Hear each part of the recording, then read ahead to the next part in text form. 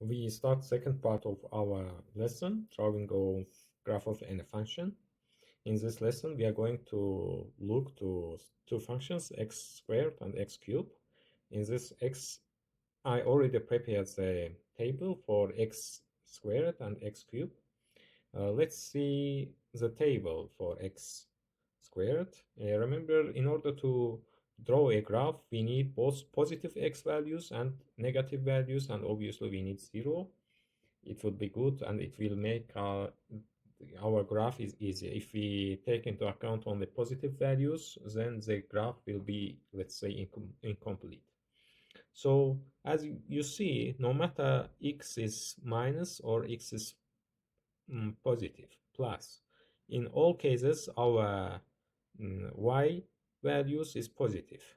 So x is minus and x is plus, positive, negative or positive, y is always positive.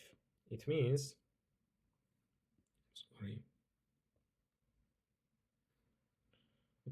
our graph will be first quadrant and second quadrant.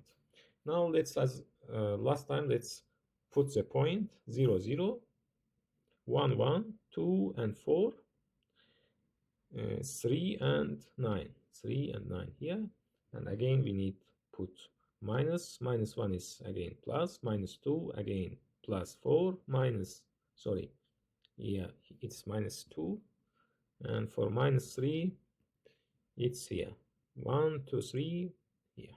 We now need to connect these dots and something like that.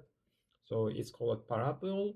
It's graph of x squared located only in first and second quadrants. Now let's see x cube function. In this function, you see if x positive, it becomes positive. If it is negative, it becomes negative.